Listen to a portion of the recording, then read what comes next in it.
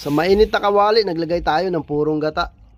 At aalagaan natin ang halukay hanggang sa lumabas yung kanyang mantika. At yun ang gagamitin natin panggisa sa ating mga sangkap. At syempre kapag ginataan recipe, sipod ang pinakadabis dyan.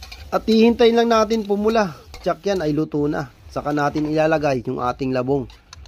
At i-mix natin ng mabuti bago natin ilagay ang pangalawang gata. Sa recipe ito, kailangan maraming gata. Sabi nga, mas magata, mas masarap. Totoo naman, di ba? At kapag labong recipe ay hindi dyan nawawala yung okra. Timpla natin, asin at seasonings. Magic sarap ang ating ginamit. At dyan ilalagay na natin yung purong gata.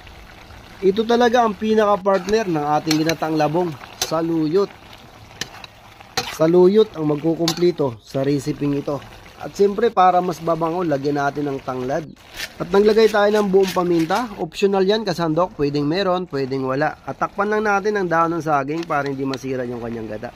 So ganun lang kasimple yung ating recipe at ganun lang kadali. Salamat nga pala sa nag-request ng recipe ito. So siya, tara, kainan na.